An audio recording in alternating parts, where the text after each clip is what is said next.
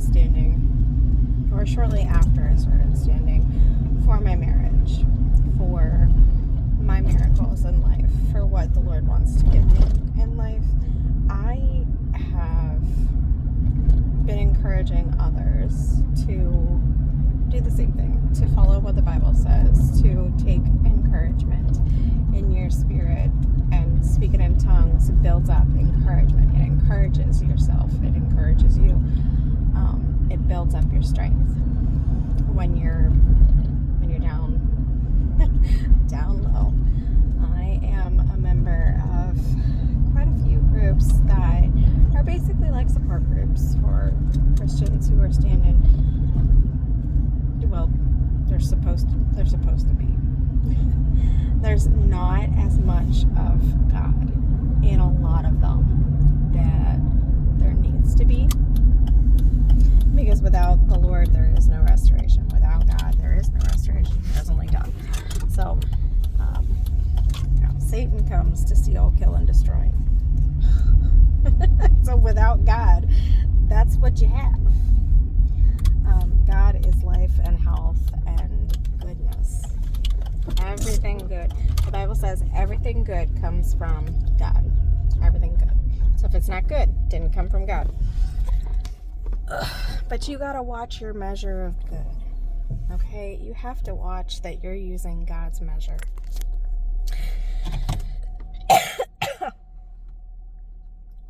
Which leads me into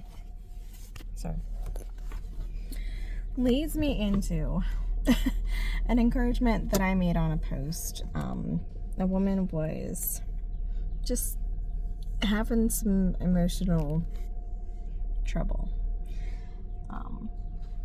Something had happened in her marriage that she is standing for, so it wasn't pleasant. It wasn't fun. A lot of that stuff breaks you down.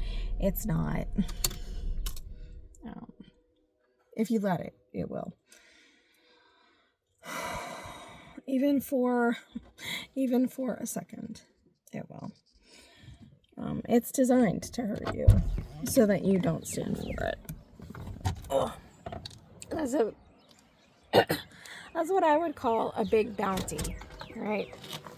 So there are some things that are bigger and some things that are smaller.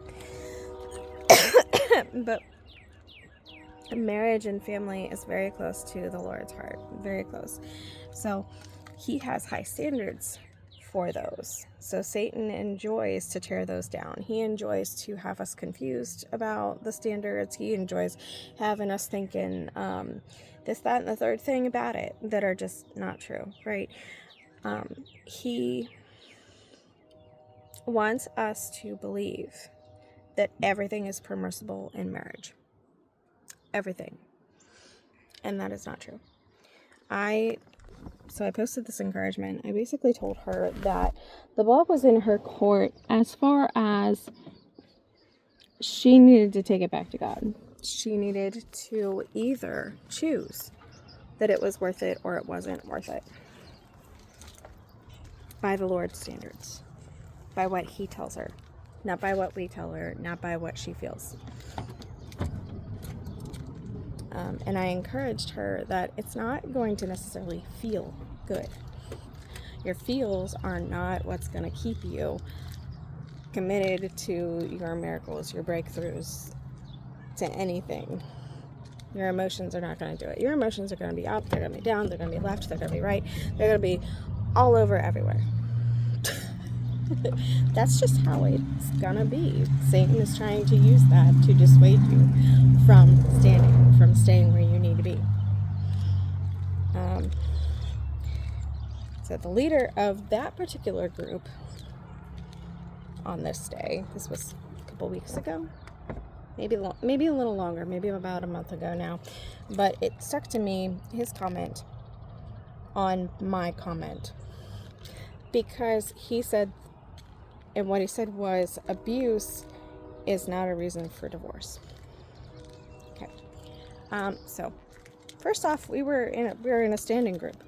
I commented life into her marriage. I wanted her to look at it and see that she needs to speak life and believe life, but she needs to make that choice. She needs to make the commitment to the Lord, because it's gonna be hard. It's not gonna be easy, right?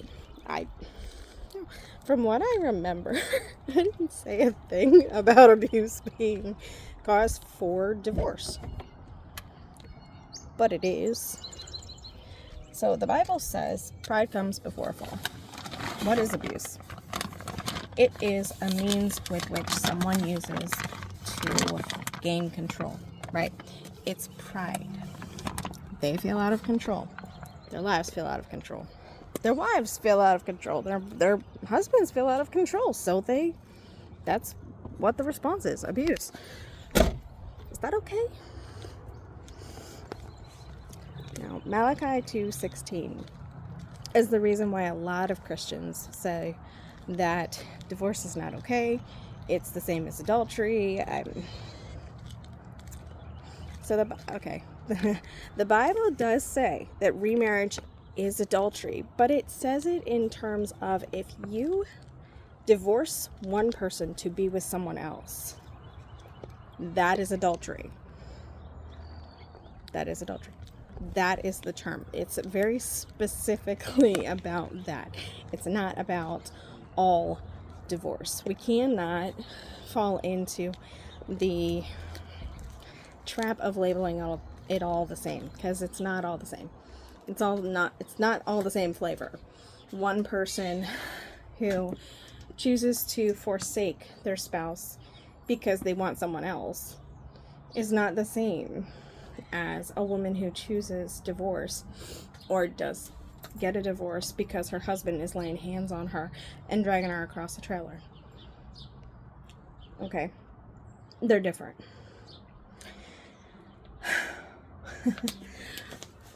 He does hate divorce, but he hates violence. Divorce is an act of violence when it comes right down to it.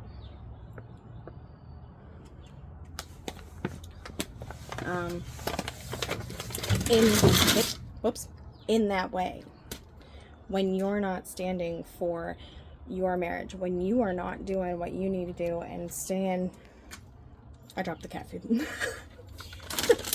And staying in the lane that you need to be staying in. So as wives, we are called to respect our husbands, or our prayers will not be heard. The Bible says, respect your husbands so that your prayers are not hindered.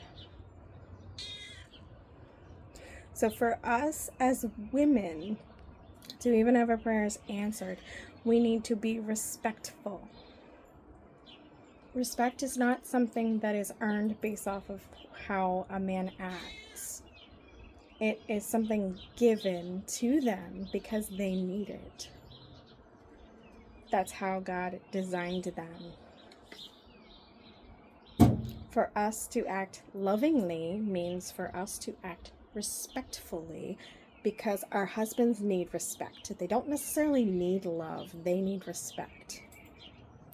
And I didn't know this to start off with. I didn't know anything about respect. I didn't grow up in a home that dealt with respect on any term. Nobody respected anybody. Not in the house, not in our family. My mom was abused. My dad abused her, and he abused us. It's just what it was. And there were so many people that either hinted at or said that it was normal, or my mom had counseling with I think a couple different pastors and things, and they all encouraged her to talk to them and go to the Lord with it, but never gave her anything really useful. Okay. When you're vulnerable, the Lord does not look at you broken down, bruised, beaten, and say, that's your bed. You made it. You made it. You lie in it. He doesn't. Not ever. Matter of fact, He loves us so much that he calls our husbands, he calls our men to love their wives, to love their women. Because we as women, we need love. We don't feel seen without love, without care. Now, I happen to need respect too. I think that different women need different things. Different men need different amounts of this. But the general rule of thumb is, if you're respecting your man, you're there for your marriage. That's what the Bible says. If you're not, you've abandoned it. And husbands, if you're not loving your wife like Christ loved the church, you've abandoned it. Bible does not refer to abuse. It does refer to abandonment. And it does say that abandonment is cause for divorce. Would you say that a man laying hands on his wife is loving? No. I mean, in some cultures, I do believe that that's considered them controlling controlling their spouse. And it is, yes. But is it loving?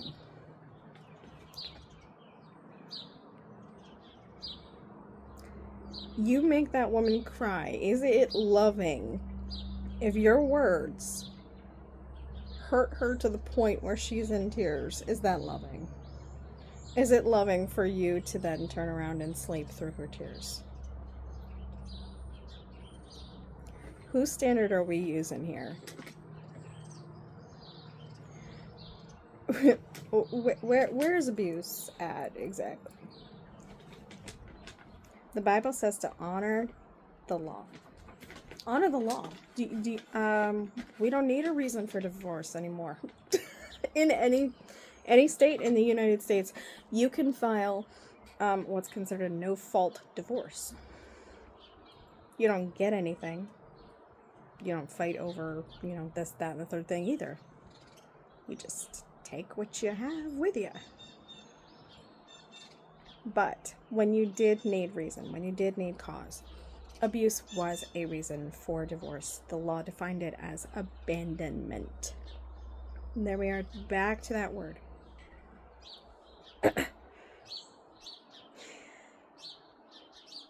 The Lord is always on the side of the oppressed. Always. He counts our tears. He doesn't call himself the lifter of our heads to then turn around and say, but then I'm going to let this person beat you down. And women can abuse their husbands too. Not respecting him is a form of abuse. Okay? We're all, this is all something that is equally going to hurt and scar your spouse. And it's not okay. We can't be doing that. Whose measure are we using? Love your wives like Christ loved the church. Christ loved the church so much. He died. And before he died, he was tortured and abused so much his flesh was falling off his bones. His intestines were no longer on the inside. His spine was exposed. Before he picked it up.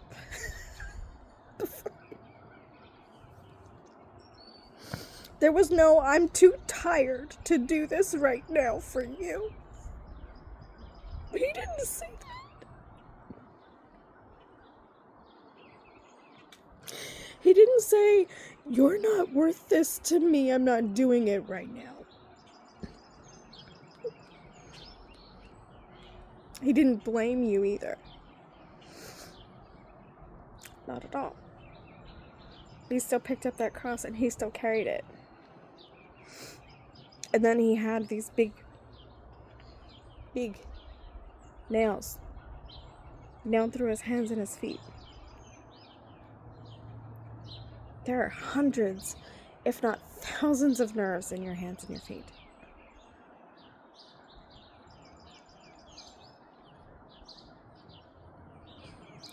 The kind of pain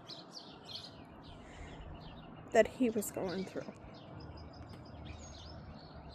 the torment, the torture, and he had thorns shoved into his head. He was bleeding from everywhere. What measure are we using to then turn around and say abuse is fine in a marriage?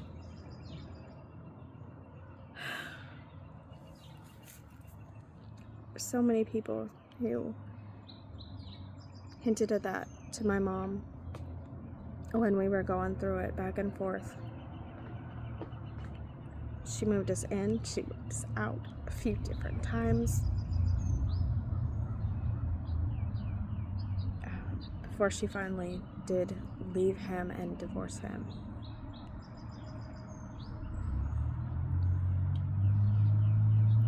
And it was better. It was better. So much better.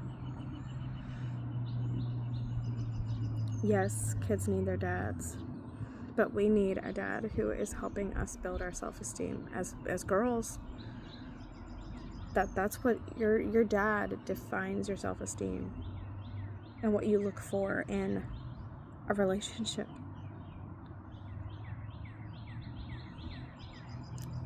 That's what mine said. That's what I went out and that's what I found for my first marriage. Another man who laid hands on me. And they don't say this. They're often the most charming people in front of you. But in front of you, though, and they've been doing it for so long, they know where to hurt their spouse, so there's no bruises that are visible. And if there are, they've got a dang good excuse for it. The comment of that leader hit my spirit hard. Hit it hard. As leaders, we are responsible for misleading. The Lord holds us accountable for that.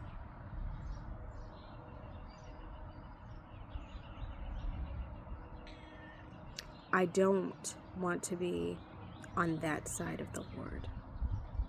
And he called me to speak about it. So I am.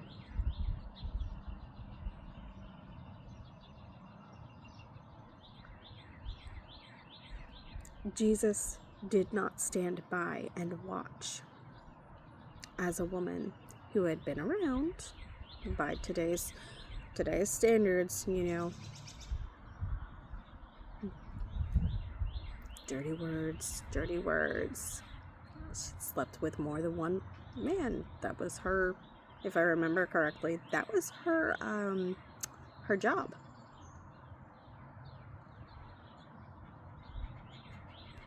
Then the people wanted to stone her to death. What did Jesus say? Jesus said, "Let he who hath no sin cast the first stone." He didn't stand back, look at her, and said, "You made your bed, now lie in it."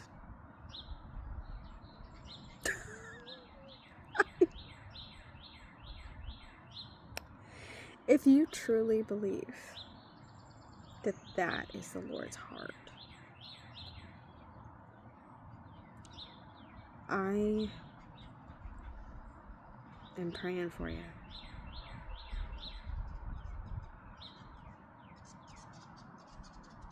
The Lord is not cruel.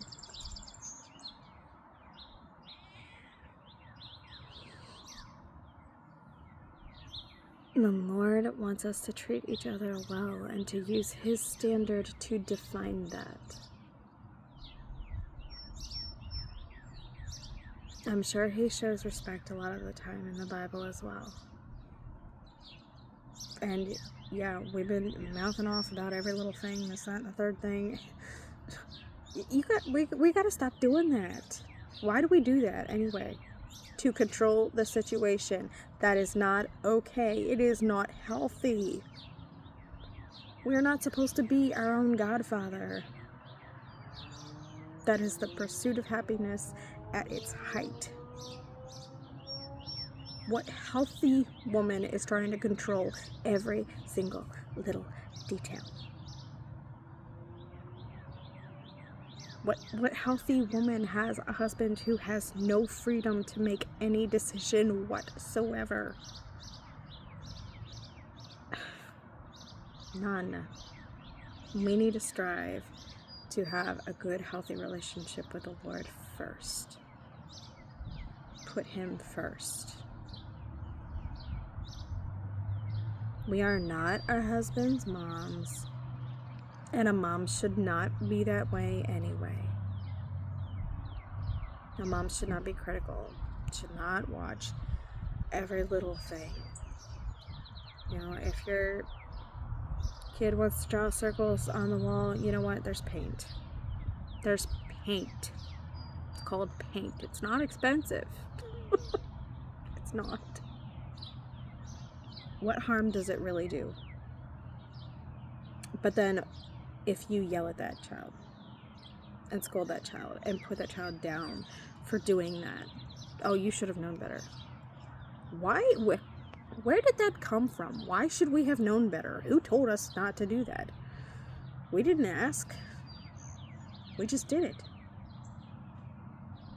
Why should we know? No, to that kid, it's a big canvas. That's exciting. That's spunk and heart thrown on that wall in the form of many squiggles.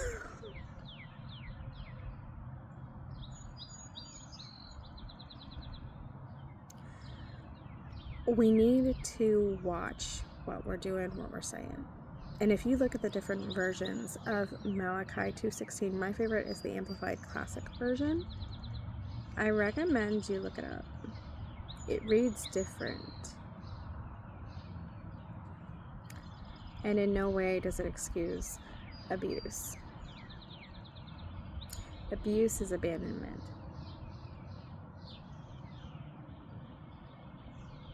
And that is something the Lord never said was okay. He never said that was okay.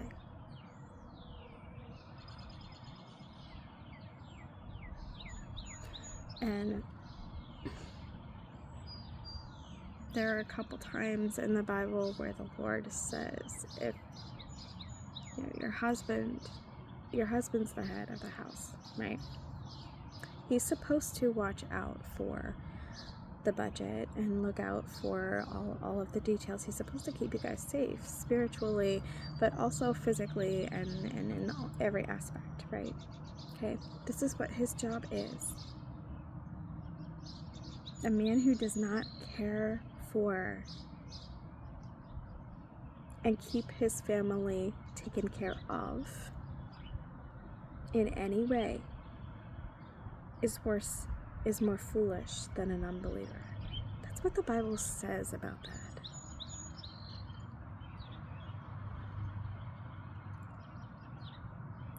Don't let pride come into this.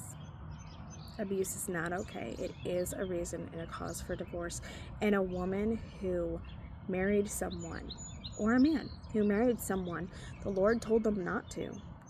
The Lord is not going back on His word anywhere when He says, okay, it's time to get out of that now. Time to grow up and get out.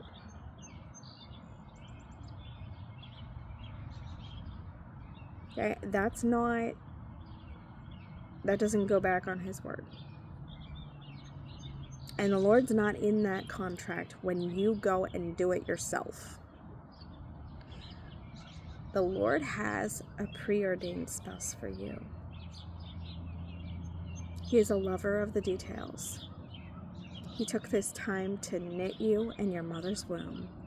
He cares so much about you. He took every second, every need, every minute, every hour to create you.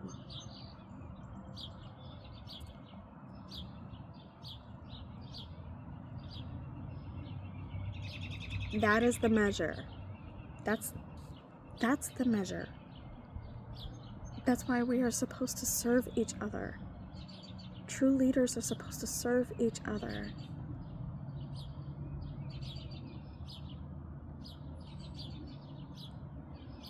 The measure is just so high.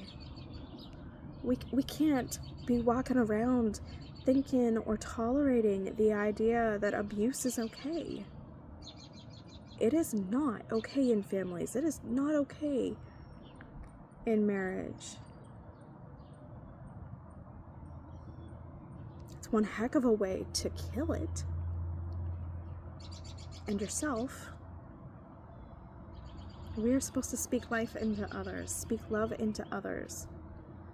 Be merciful to those that don't know as much in the Lord, aren't as deep in their relationship with the Lord as you are. That's what the Bible calls us to do. That's love. That's respect. That's the measure. He doesn't say, wait until someone earns it. If you're waiting for that person to earn your love or your respect or your care, that's a you thing. That's a you problem. That's your heart is in the wrong spot. And you will not see restoration while you're thinking that way, while you're okay with that. And unfortunately, anyone who is leading someone else into that, you're held at a much higher standard. What Bible are you reading? People who believed that drove me away from the Lord when I was a kid. And I had to find him. I searched for him in the Bible. I searched for it in the Word. I searched for the Lord to say, one time you made your bed, now lie in it. He never did. There's never a time when he did that. King David was a man in whom he was well pleased. King David was an adulterer and had a man killed to have his wife.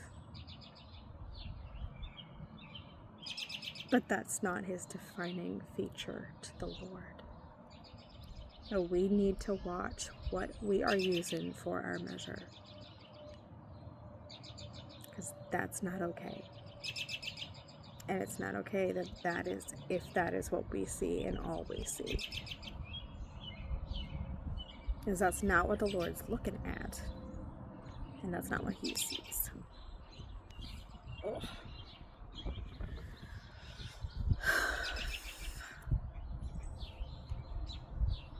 But that heavied my spirit for a couple reasons. Because the leader said it. The guy who created the group, who brought everyone together, said it.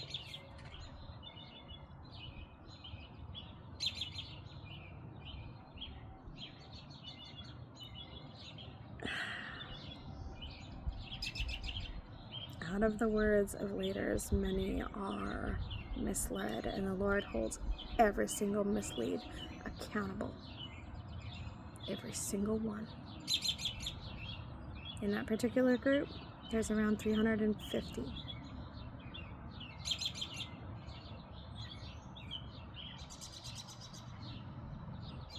I don't know, but I don't want to be on that side of his hand.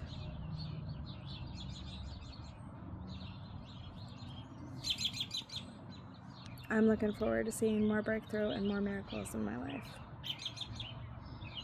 That's the path that I want.